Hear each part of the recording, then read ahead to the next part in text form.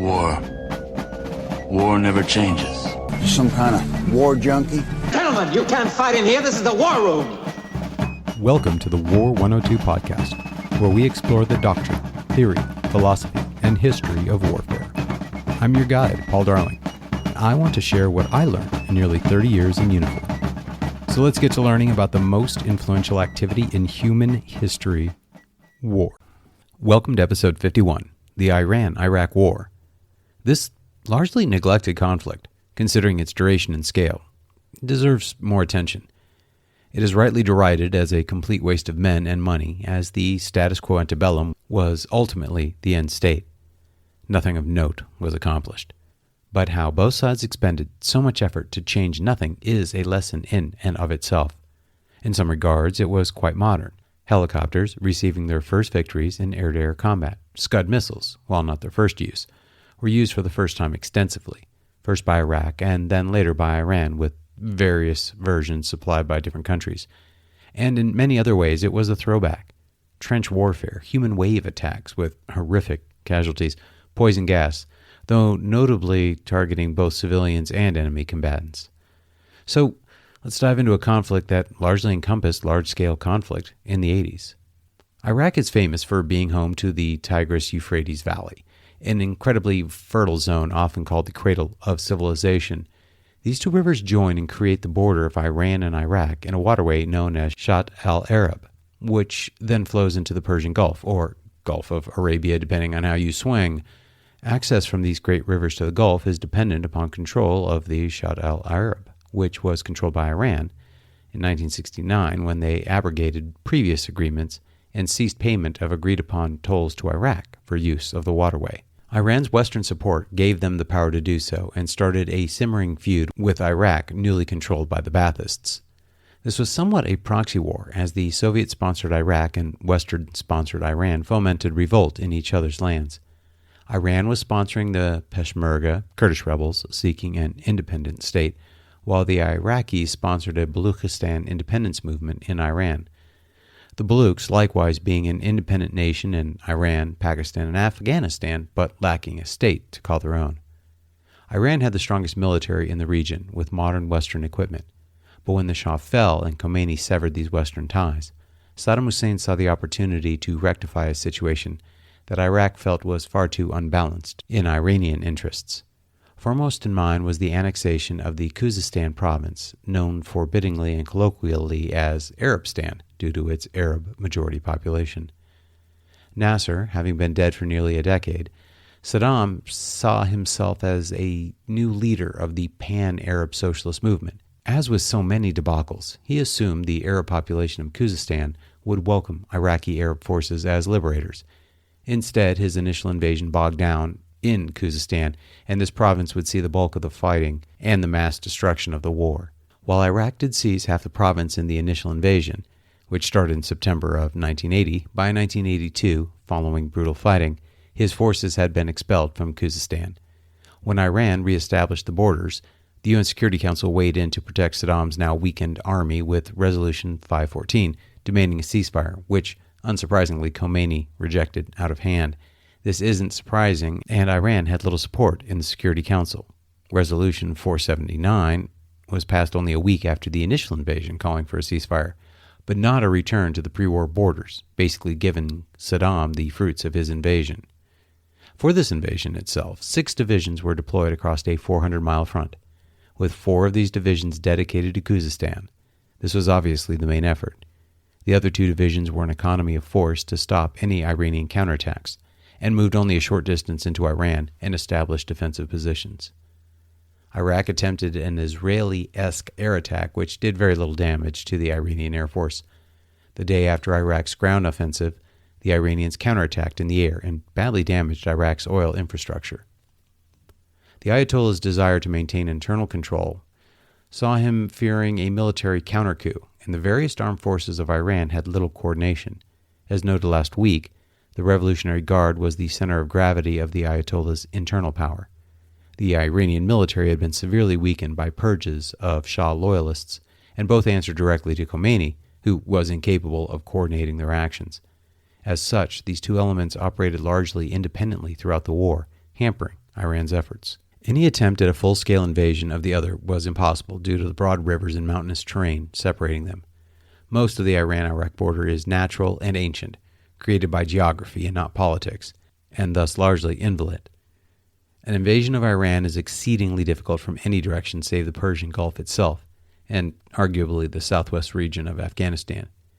Furthermore, its capital being ensconced in the mountains in the north would make any such invasion, whether from the sea, the south, or the east, incredibly difficult.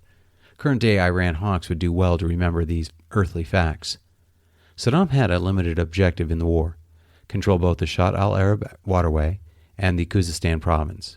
He had hoped a limited victory here would weaken support for Khomeini and lead to an Iranian government more interested in maintaining a status quo rather than fomenting rebellion in Iraq and elsewhere. As the initial invasion proved indecisive, Iraq embarked upon a strategy of attacking civilian targets to weaken public support for Khomeini, which did nothing.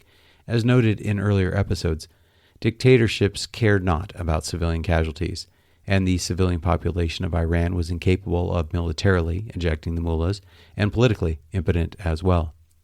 To demonstrate Khomeini's callousness to civilian casualties, he formed a militia called the Basij, where each local mosque would raise a 22-man unit comprised of boys as young as 12 and men as old as 70, who would embark upon human wave attacks against Iraqi defenses ahead of the Iranian military and Revolutionary Guard. After the first year, the Iraqi forces were exhausted, mentally and physically. Iran was often able to penetrate the Iraqi lines and carry out raids, both by air and ground, against logistical and artillery hubs. By 1982, the Iranians were ready for a counterattack and succeeded in routing the Iraqis, destroying hundreds of Soviet-built tanks and capturing hundreds more. Having lost the bulk of his gains in Khuzestan in the long battle of Khorramshahr, Khuzestan's largest city, he made the judicious decision to execute a few generals and colonels to make himself feel better. This use of executions to raise morale would be a common thread as the war ground on. By 1982, approximately 20,000 Iraqis had been killed and at least 30,000 captured, roughly equivalent to the entire initial invading force. Iranian killed were substantially higher, but exact figures are unknown. Despite this, Khomeini expanded the war beyond just the border. First, he developed an alliance with the quasi-Shia Alawites ruling Syria, who shut off the key Kirkuk-Banyas pipeline, which cost Iraq $5 billion a month and closed off Iraqi oil to the Mediterranean. He fomented revolts not just in Iraq with the Shia majority, but in Saudi Arabia as well. Iran's offensive gained some territory, but Saddam managed to retreat in good order and develop some defense in depth, which nullified the Iranian penetration tactics with their greater numbers. Khomeini was determined to establish himself as the unquestioned leader of the Ummah, not merely to reclaim his lost territory. He aimed his sights at the city of Basra, which, with its strong Shia majority, he felt would be an easy first step to his planned ultimate conquest over Baghdad. While the attack failed, by 1984 Iraq had lost all access to the Persian Gulf and was dependent upon Kuwait to export its oil by sea. Unable to make progress against an ascendant Iranian military, Saddam attacked oil facilities along the coast, starting what was known as the Tanker War, where oil tankers were targeted by anti-ship missiles fired from land or sea, or just by direct air attack. As Iran controlled half of the critical straits of Hormuz at the exit of the Persian Gulf, this was a questionable tactic from the Iraqi perspective. Some surmised that Iraq hoped to drag Western countries into open conflict with Iran. With this in mind, one must question the Iraqi attack on the USS Stark, an American frigate with 2 Exocet missiles, which both hit and detonated, causing the death of 37 sailors. The Tanker War damaged over 500 vessels, killing a similar number of civilian mariners. The vast majority of attacks were by Iraq, but Iran's attacks were enough to force Kuwait to ask for American flags on their tankers to protect them. Iraq, on the defensive and incapable of ground attacks, relied increasingly on strategic bombing campaigns against Iranian cities. Resupplied by both Soviet and French sources, these attacks were started in 1984 and continued until the end of the war. The American-equipped Iranians were slowly becoming less and less capable to keep their air force in the air due to their inability to procure repair parts. Iran slowly built up a ground-based air defense network, but were unable to stop the attacks entirely. Lacking long-range bombing capability, Iran countered by bombing cities close to the border, which were almost all Shia. Over 500 ballistic missiles were fired by Iraq, killing or wounding about 15,000 Iranians, almost all civilians. These attacks deeply affected the Revolutionary Council, which embarked upon an aggressive buildup of missile forces when the war concluded. As the war ground on, the anti-everyone attitude of the Ayatollahs were having a cost. Saddam was rebuilding his military with support from both Soviet and Western sources. Iran was largely isolated, with North Korea, Libya, and a far weaker China being the main sources of support. Iran used its meager resources to remain on the operational defensive while supporting the Kurdish rebels. These efforts were initially successful as Iranian forces worked with the Kurds and advanced steadily. However, the supply chains were far too extended, and the attacks culminated far before being decisive. The Kurds paid a heavy price for their support of Iran, as retaliatory attacks by Iraqi forces, famously including chemical weapons, killed thousands. Iraq's relatively liberal use of chemical weapons for both tactical purposes and strategic purposes were largely ignored internationally. The Islamic Revolution in Iran had left them few friends. This diplomatic isolation was magnified when the USS Vincennes shot down an Iranian airliner, to little international condemnation. Iran's attacks against neutral shipping forced the Gulf states to demand an American naval presence in the Gulf. In the end, Iranian public support for the war eventually gave out. Iraq had grown stronger despite its initial setbacks. While the Iranian public wanted the war to end, that did not necessarily translate to a desire for the mullahs to be replaced. The war solidified the new Iranian identity in explicitly Islamic terms. From a military perspective, the Iran-Iraq war reinforced the supremacy of the defensive, as it is magnified the more poorly led and trained the troops are. An offensive-oriented military is a luxury for those countries capable of equipping and training their forces, as well as maintaining a logistics capability to maintain the offensive until the objectives are met, and not culminating in a disastrous no-man's land. The Iranian way of war was couched in religious overtones of jihad. For example, at the end of the war, the Iranian government newspaper wrote, "There is not a single school or town that is excluded from the happiness of the holy defense of the nation, from drinking the exquisite elixir of martyrdom, or from the sweet death of the martyr who dies in order to live forever in paradise." Khomeini in 1985 declared, "It is our belief that Saddam wishes to return Islam to blasphemy and polytheism. If America becomes victorious and grants victory to Saddam, the issue is one of Islam versus blasphemy, and not of Iran versus Iraq." While the issue of Saddam has been solved, albeit poorly, the issue of Iran remains. And while the Iran-Iraq war can best be described as a bloody stalemate, with at least 1 million dead total, ironically it was the American invasion in 2003 that ultimately gave Iran the final victory, as the current Iraqi government, which we installed and whose military we continue to train, is one of the last remaining Iranian proxies. Arguably, this could be because the primary advisor to Paul Wolfowitz, a neoconservative who crafted America's Iraq policy, was Ahmed Chalabi, who was almost certainly an Iranian agent the entire time he helped forge America's Iraq policy after 9/11. Iran continues to be almost entirely dependent upon oil revenue for its finances. It deliberately excludes itself from the international monetary system, due in no small part to the mullah's belief that Islam is incompatible with debt. But on a larger sense, Iran still sees itself fighting an existential battle against the West in general, and America in particular. It continues to define its national identity and grand strategy as a perpetual war against the West, which it sees as incompatible with Islam.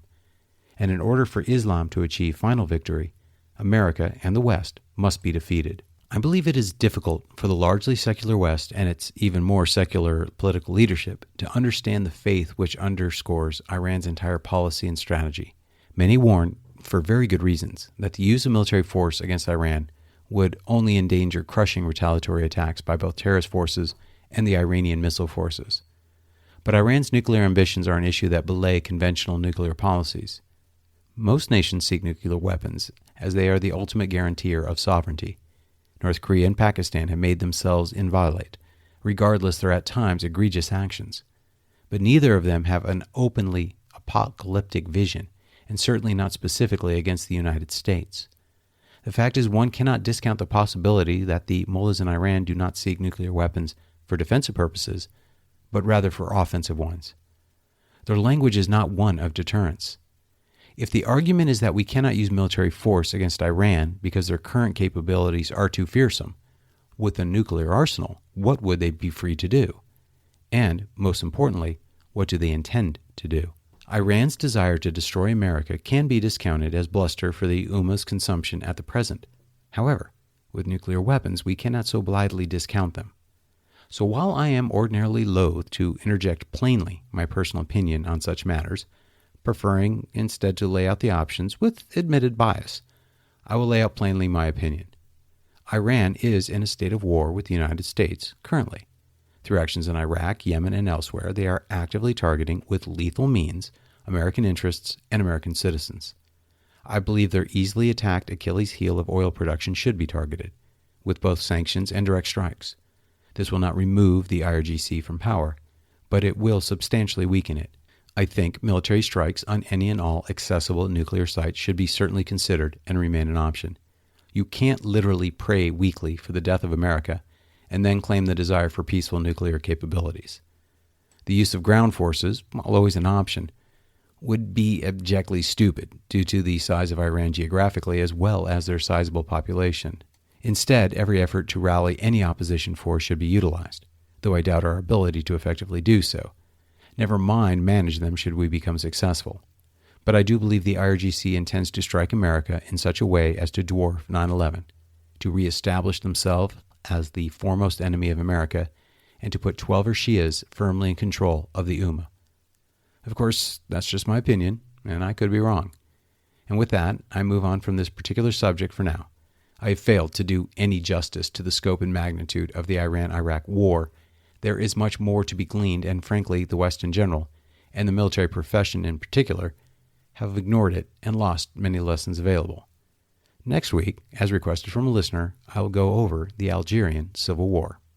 Thanks for joining us today. If you liked what you heard, please like, subscribe, rate, and comment. Most importantly, share with your friends. Join the conversation at the War 102 subreddit, and check out the War 102 Buzzsprout website for links to more information and supporting videos. Send me an email at war102podcast@gmail.com. I look forward to your comments and hope you join us again next week. See you then.